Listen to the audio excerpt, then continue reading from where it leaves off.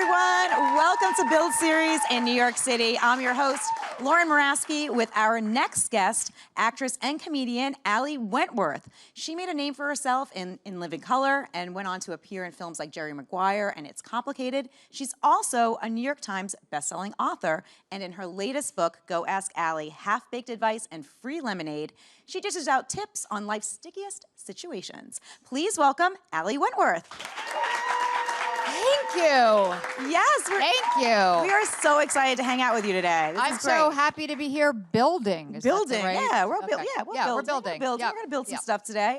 You've been here before, so it's great to have you back. Thank you. And this time with your fourth book. Congratulations. Thank you. Amazing. Now, you are dishing out advice to people. Why do people go to you for advice? I know, pretty funny, right? I would say that I'm not like Dear Abby advice. I mean, this book is a lot of my own mistakes, so I'm trying to save you from making the same mistakes I did. But I do make a rather good chocolate chip cookie, so I think that people use that excuse, like they have to talk to me about something. Sure. Because they want my dough. So people come over, and for some reason, maybe it's because I'm a good bullshitter, but people seem to come to me for advice. And like I said, a lot of stuff is kind of, in the book, is cautionary tales. Yeah. A lot of cautionary tales. There's one chapter in which you talk about not hiring a hot babysitter.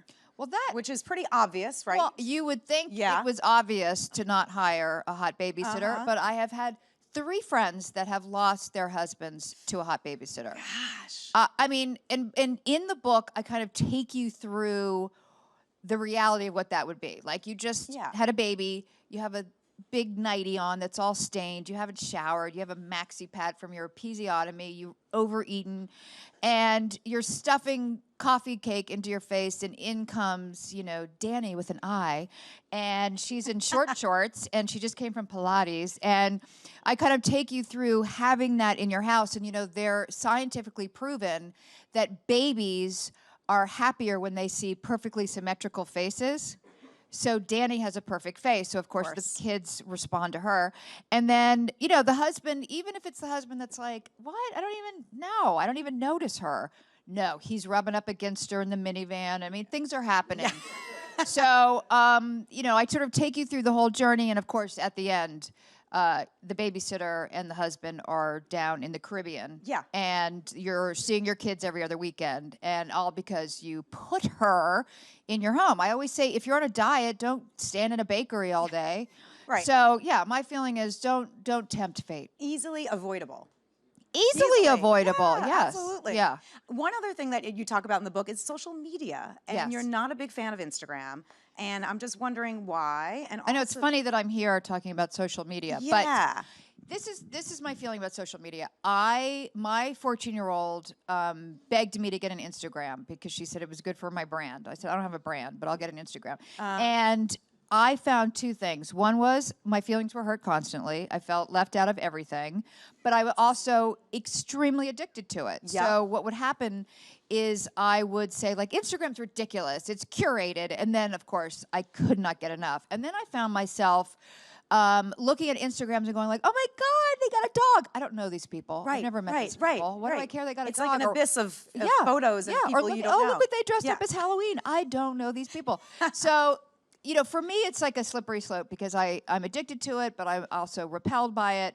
And then I watch my daughters on it, and so that's a whole other. I mean, why does my 12-year-old daughter follow Victoria's Secret models? I don't get it. I think it's a bad image for her, but they follow all the sexy stuff, and so I'm the mother that's always like, yes, she seems pretty and sexy, but she has a hole that she's trying to fill, and they're just like, shut up and get my teeth whitened. So, so it's mixed. Social, but it is my kids' new norm. Like, how do you live in this world and not, be this person all the time or have empathy? Yeah, right. Like Seriously. that. But what advice do you give them now that they're on it? It's inevitable. So what do you tell them to make it sure it's like they're using it constructively? 2 things. One is there's an app where you can turn your kids' phones off on your phone. So that's fun. Yeah. Because as soon as you hit that and turn their phones off, you hear screaming like somebody threw acid on them. Yeah. But you try to, like, you don't have to be on your phone all the time. Yeah. Like, how about at dinner, my husband, George Stephanopoulos, he puts his phone down. Even though we're fighting with North Korea and all stuff's going on, he will put his phone down. So you can put your phone down and not follow, kittyandcupcake.com for 5 minutes so we can have dinner. So, we sort of restrict the times. And also they can't do it at night because they'll just stay up all night. Yeah. As I will. Yeah. So, we have parameters, but I'm sure when they're 21, they'll just go down that full social media rabbit hole, and there's nothing I can do. Yeah. Yeah. Who knows what it's going to be at that point, right? Well, they're going to be chips in our head. Yeah, exactly. That's the next step. Yeah. You mentioned... I'll be in a home drooling, so I don't care. I don't care what happens. You mentioned George, and you talk a little bit about George in the book, your husband, and you guys are, you're not shy about your sex life and what's going on there. It seems exciting. Let's be clear. I'm not shy about it. He's mortified. It's funny that, yes, I wrote a chapter which was not about our sex life, but it was about how years ago everybody kind of pretended to be happily married. And now I find when I go out with my friends, it's very uncool to be in a healthy relationship. That people like to complain. So it's, oh, I'm having an affair and I feel awful, and or oh, I hate my spouse and because of this. And I found I didn't have a lot to contribute, which is I'm not comfortable not talking. So I didn't know what to say, and then people would say, I haven't had sex in 15 years, and they would say, Ali, do you have sex? And I go, yeah, and that became a deal breaker. Huh? Yeah. Wow. So they were just like, I don't even want to associate. They got angry. Yeah. And I said, you can all get sex. Yeah. It's not that hard. Walk out the door. And the other thing was that I make fun about how, so George and I hang out with other happily married couples, but we do it on the down low, like late at night, after hours where people don't see us, because it's so uncool. Wow. Okay. But by the way, that doesn't mean we have a perfect marriage. He makes a lot of mistakes. But not you, of course. No, I don't, but he does. So, there's a healthy marriage and then there's a perfect marriage. The perfect marriage doesn't exist. Yeah, no, I absolutely agree. I find it interesting to be married to someone like George at this time with everything that's going on in politics, and he's such a high-profile person. What's it like behind the scenes, and when you guys are at home, do you talk politics? We do talk politics, but mostly I'm just screaming at him going, what's going to happen? But every once in a while he does this thing where he will look down at his phone and go, oh my God, and run out of the apartment without telling me what it is. So he leaves to go to like this special anchor bunker where he's going to be saved. And I'm always like, what? North Korea? Missiles? What? And he just leaves. So that's slightly annoying. That's a little uncomfortable. You're like, he left me behind. Yes. But he's like around the clock, busy. There's news every 5 seconds. Yeah, it's never ending. I'm sure there's breaking news right now. There's something going on in the middle of our interview. Yeah, we don't even know because we don't have our phones. I know. Look at that. Yeah. So, but it's really it's true. nonstop. And I have found that I'm addicted to the news in a whole different way too, because there's always stuff going on. Yeah, and you also have a dog, which I think apparently helps you with your marriage. You said. Yes. This is good advice, by the way. Yeah. I think when you're a middle-aged woman and your life didn't really turn out the way you had hoped, and you feel unfulfilled or whatever it is, get a dog. Yeah. That is the answer to most things. I think Petco should have a perimenopausal adoption day because dogs give you unconditional love. Yeah. I come home at the end of the day, like after this, I'll go home and he will just be like sitting there like I'm Beyonce when I walk in the door. And it is the greatest feeling in the world. As soon as my husband goes to work, he jumps in bed with me. Yeah, yeah. He licks my face. George doesn't lick my face. So, and all I have to do is give him a can of food. I mean, he doesn't even ask for that much in return. So I'm a big fan of getting a pet. I really am. Yeah, yeah. I have a dog, and it's the best thing ever. They're what so kind much of dog fun. you have? It's a Sheltie. So he looks like Lassie. So a lot of people will say, "Oh, Lassie," but smaller. Right? I'm like, "Yeah, Lassie, but smaller." Yeah. It's one of those. But if you had to choose, are you married? I'm married. If you had to choose between your husband and your dog. When another dog passed away last year, I told my husband that I like my dog more than I like you, and he said, "I know." Yeah. He's like, my husband calls our dog my boyfriend. He'd say, like, are you with pretty your much. boyfriend? Yeah. Yeah, I said it's terrible. Yeah. So, but it's a great thing to have that companionship. The best. Yeah, right? It's amazing. You know, you mentioned, I don't know how long ago, maybe, I don't think it was in the book, but you mentioned that you know, at one point you went on an audition or to meet with somebody and they said, you know, we're not casting for middle-aged women. And that's sort of like, right? I mean, yes. And how did that feel? And I know that propelled you to sort of start your own thing too. Yes, it was one of those things where I was having a meeting at a company and they said, there's just no roles for middle-aged women. And I was like, really? You should tell Diane Lane that because I think she's still kicking around. So I thought, well, I'm not going to wait for the industry to say to me, you know, now you can play the mom in a sitcom. And so I created my own show, Nightcap, which was on for 2 seasons. But by the way, at the same time, Jill Kargman was doing Odd Mom Out and Pammy Adlon was doing Better Things. So I am not a big believer in when people say, oh, no, you know, I've always heard no. No, you can't be an actress. You can't write a book. You can't do this. George Stephanopoulos will never marry you. You know, so I've always heard no. And so I just don't, I pay no attention to it. Yeah. And in the book, you say you feel more relevant now than ever. Why so? You know, I have experience. Yeah. I don't care. You could be Gigi Hadid. You have not lived life. You have not had your heart broken enough. You have not gone through labor. There are certain things that just make you a richer person, and that's experience. And you can't buy it. You can't inject it. You can't, you know, download it. It's a life thing that I think right now, like the millennials don't realize, or the Gen X or Gen Y or zombie Z generation, whatever they're called, haven't really figured out that experience is, I think, that's where your big lessons come from. Sure. Like all these horrible things that I've done. Big well, mistake. You've been in the business for a while. I mean, back when in Living Color, I mean, that was a long time ago. What were some of your favorite memories from being on a show like that, a sketch comedy show like that? First of all, you were so great on it. Oh, thank you. Amazing. First of all, TV was just invented back then. The great thing about In Living Color was they really pushed the envelope.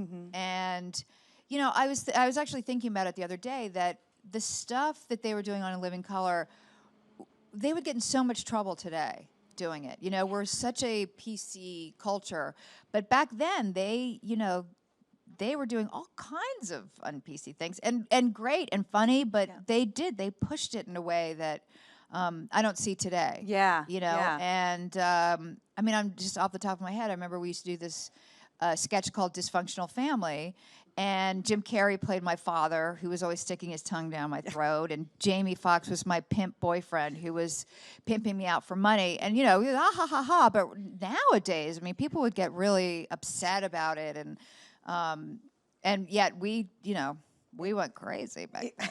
It wouldn't fly today. It really probably wouldn't. Or Yeah. Jim did Fire Marshal Bill, who was a burn victim fireman. I mean, you can't believe that that's the kind of stuff they were doing. Yeah, it's incredible. I mean, it was a good show for its time, but I imagine that it wouldn't be made. I can't imagine. It's a different world we're in right now. It really is. World. Amazing. I also remember you from the famous Soup Nazi Seinfeld episode, which was pretty incredible. I understand you had to do a couple of takes on that because you guys were laughing so hard. We were. So in the scene, there was George and his girlfriend and me and Jerry, and we were being very lovey-dovey, and they started competing with us. So we were each trying to see who could make out the best. But we were laughing because it's kind of the crazy thing in the entertainment industry. And by the way, I don't have a lot of love scenes under my belt. I mean, I was the girl that was like, no, she wants the nudity clause put in. And they were like, no, we don't want to see her naked. But so I didn't have a lot of love scenes. Sure. And so when I first did Seinfeld, and they was like, oh, Jerry, this is Ali. Okay, and then you have to kiss. It's very weird. Yeah. And I kept cracking. We all just kept cracking up, you know, because it was like, I don't even know you. Please marry me, Jerry Seinfeld. No. But it was kind of a surreal thing. And it's one of those things where a few weeks earlier, they had offered me a part on Seinfeld, and I couldn't do it. And so later they offered me this part. And I was just very lucky to sort of hit the jackpot with the Soup Nazi episode. Yeah, I mean, when you were filming it, did you know, okay, this is going to be, you had no idea that was No going to be like one of the most famous episodes that people talk about. I just knew to have a mint before I did the scene with Jerry. That's all I knew. You're like, that's it. Yeah, but I didn't know. You know, how would you know? But by the way, it was such a huge hit just to be on Seinfeld.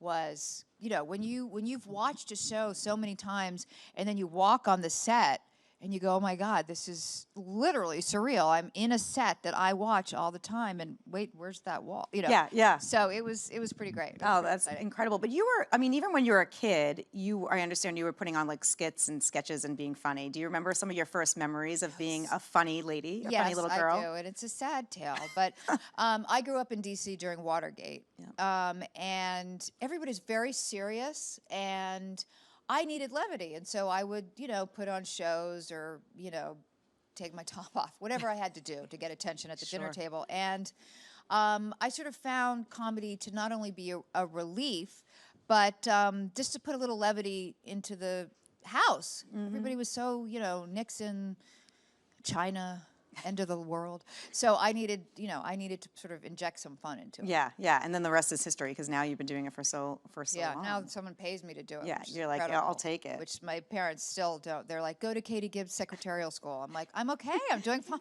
Like, I got a 4th book out. Yeah, they're like, no, you're not. What's the process like writing something like this? Are you pretty diligent about writing it during the day? Or I wish I could say I was diligent. Yeah. It was. I don't like being alone, and I don't like this whole solitary life of being a writer is horrible. I like going to a set and being with actors, and so writing for me, the process is my kids go to school, and then I go back to bed. And then I have to have tea, I have to have breakfast, but then I have to straighten up, and then I have to watch like Law and Order SVU from the night before, and then, you know, there's many hours, and then I probably sit down at the computer and write for an hour. Okay. And then it's too much. It's too much. Like, I'm done. Yeah, I'm done. I got to Netflix the Chris Rock special, and then my kids are home, so that I have to be with them. Yeah. It takes all day to get probably an hour's worth of workout. But sometimes lightning strikes and I can really write out a story. But I don't rely upon the creative initiative because I'm a lazy girl. You talk about that in one of the chapters, which I really liked, about summer and how summer is never the same because I know your girls went away and took camp and everything. And I guess summer is never the same as when you yourself are a kid too. Yes, it kind of spoke to me. When you're little, the summer goes on forever. Yeah. And when you're 84 like me, the summer's over in like 1 second. You're like, what? It doesn't even feel like summer. No. It's like there's no difference. It was a right? sunny day. Exactly. And I have 2 girls, and when they were little, summers were, you plop them on the beach, you paint some shells, they go out for ice cream. And last summer was the first summer they were both away, and I didn't know what to do with myself. My husband was working, my kids were at camp, and I just got to walk around the house, and I'll bake like 100 cookies and leave them on the counter. I'm the only one there. I don't know who's going to eat those cookies except for me and my dog.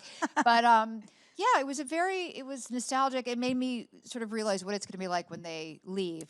Yeah, for college or whatever the next step. Although I told my youngest, and don't anybody say anything, I told my youngest that the younger daughter stays and lives with the mother and cares for her during her old age. Yes. It's called a spinster. So you're not going to college and you're not getting married. So she's okay with it right now. Best friends for life. Yeah. So you're dishing out advice. Who do you go to advice for? It always depends on the advice. I go to George for anything that involves morality or integrity. I go to my 15-year-old for anything that has to do with fashion or makeup or, who are in the cast of Riverdale. And I go to my mother for kind of abstract advice. I like it. Yeah. She's I'll tell you a story. Yeah, we're here. Okay. So my mother, so I'm living in Los Angeles. I was engaged to be married, and I broke it off with him because I realized that we just played Scrabble and watched Letterman, and I was like, I think you're supposed to be into each other. Yeah. So I ended that relationship, and I decided I left, and I was going to get a little bungalow in Santa Monica. This is in LA. And I thought it was middle of July, and I thought, you know what? I'm just going to have a summer of love. I'm going to listen to Joni Mitchell, and I'm going to, grow those avocado plants out of the avocado pit where you put toothpicks in it and let them go. And I just thought, this is it. This is my 1960s, sexual revolution. Well, that didn't happen at all. I just never got out of my Lands nightgown. But I decided to call my old answering machine that I had with my ex-boyfriend just to see, what was going on or if people were trying to reach me. Hey, he did change the passcode, but I hacked it. So I listened, and I heard somebody say, yes, you're all set for your charter for you and your wife in the Bahamas. I know. And I was like, what? He is supposed to be in a mental institution. He is supposed to be face down in his own spit. I left him. He needs to be devastated. Yeah. I was like, charter, Bahamas. So it turned out he had met somebody else and taken her to the Bahamas. And so I sort of circled the drain and was in the same nightgown for a week, didn't eat, was chain smoking, really depressed. And of course, when I'm really at my lowest, that's when I call my mother. Got it. So I call her up and I'm like, oh my God, I made a huge mistake. It's the end of my life. I shouldn't have broken up with him. And now he's going to the Bahamas and she's got fake tits. And there's a long pause and my mother says, oh, Allie, nobody goes to the Bahamas in July. And I was like, that was her advice. Yeah. Not, I'm so sorry that you're spinning out of control and you think you've made a huge mistake, or that you're even talking about ending your own life. Her feeling was, what man goes to the Bahamas in July? Like, that's just not the right time to go there. So that, occasionally I go to my mom for that kind of advice. But not for the real kind of advice. Not if you actually need a little bit of a pat on the shoulder. Which is very old school. Yeah. She Practical. she is put the baby on the stomach. And I go, no, you're not supposed to do that. Put the baby in the back. And then she sneaks back in and puts the baby back on the stomach. So, yeah. One of those things. Yes. You've made a living out of making people laugh. Who makes you laugh? Who makes me laugh? Chris Rock makes me laugh. My kids make me laugh not on purpose. I'm not laughing with them. I'm laughing at them. Who else makes me laugh? Gosh, there's a ton of comedians that make me laugh. The whole cast of Will and Grace makes me laugh. Believe it or not, I have friends like Mariska Hargitay, who's so funny. I wish you guys could see her not being a cop chasing perps. Yeah. She's, I laugh a lot with my girlfriends. George does not make me laugh, but that's okay, that he's not supposed to. He laughs at everything I say, which is why we have a good marriage. And who else makes me laugh? And then, you have like the most unexpected people. Like I have one of my best friends lives in Connecticut, single mom, raising boys. She's the funniest person in the world just because I love her way of looking at life, and she's kind of sarcastic. I mean, she needs her own show on Netflix, but that'll never happen because she lives in Greenwich. But it's sort of the unexpected people that make me laugh. Well, what's next for you? Oh, my goodness. I'll probably write another book. Okay. If you guys buy it. I'm writing a script right now. I would love to, after I write for a while, I really want to perform. Yeah. I'm like, okay. So I'd love to do some kind of acting. And yeah, I like writing scripts. I'm unfortunately have realized that now when I think of a role that would be really fun, I realize it's really a 30-year-old. So I'm now, instead of assuming that's me, I now write for younger people. Yep. And that's fun. Okay. That's really fun. Yeah. All right. Well, lots to look forward to. We have some questions from the crowd today. So let's get to it. Hi. I was wondering if you've ever felt like you had to censor yourself because of your family's history in politics and your husband's in journalism, and your father was a journalist as well. Yeah. Did my mother ask you to ask me that? Yes, she did. Yeah. That's a great question, by the way. And this is my answer. Because when I first married George, I would say things because, I was an entertainer. And everyone said, you can't talk like that. You can't talk about, don't say the word sex. Don't do that. Don't do that. And I thought, well, this is just who I am. Like, he knows who he married. That's his fault. No, but, I just felt like, this is just who I am. I can't not be who I am. I mean, I can read the room. I don't go out and do like Amy Schumer vagina jokes. But, I observe my own life. I write about it. I talk about it. So now it's better because people are just like, oh, that's just, there's no, you can't put a muzzle on that one. So, and George is more comfortable with it. My mother's still getting used to it. You know, she, and one of my books, I actually, after she read it, I said, do you have anything to say about my book? And she goes, I would tone down the pee and fart references. So, you know, she's still wrapping her head around it. So, but I made a conscious decision to just be who I am. I don't know. What could I do? I'm not Melania Trump, you know. All right, who's next? Right here. Hi. Hi.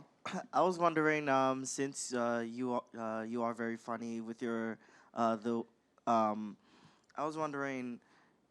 Oh, sorry, my head is killing me. That's okay. You can talk about pretty I am if you want. Not that funny. And also, since you said how you were watch Netflix comedy specials, if you had your own comedy special, what would it be called? Oh, if I had my own comedy special, what would it be called? Oh, gosh.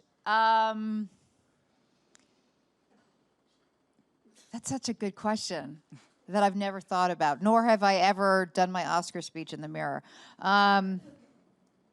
With my books, I use my name in all of them, like Ali in Wonderland, Go Ask Ali, Happily Ali After. I would have to use my name in some way. I think it would be called like Muhammad Ali, just so I could get eyes on it, even if they don't know what it is. That would be my guess. Great questions. All right, who's next? Hi. Hi. Have you ever given advice to someone and then been like, why did I give them that advice? Oh, constantly. Yes. Here's a very good example is, and I don't do this anymore, but I used to have girlfriends that would come to me and say like, oh, you know, he's such a jerk, he cheated on me, and I would go into that like, I've never liked him, I don't trust him, you know, why do you pay for him all the time? And, you know, I would just go on a rampage about what a bad person he is, and then they would get back together and get married, and then, you know, our relationship was never the same. So I don't do that anymore. I mean, you could be married to a serial killer, and I'll be like, he's great, I love him, he's terrific, he's not allowed in the house, but yes. So yeah, there's that. And then I do have a few friends that I'll say, you should definitely do that. And they go, no. And I go, well, don't ask me then. Ask somebody else that's going to tell you what you want. But you know, but on the whole, I have a good batting average when it comes to giving advice.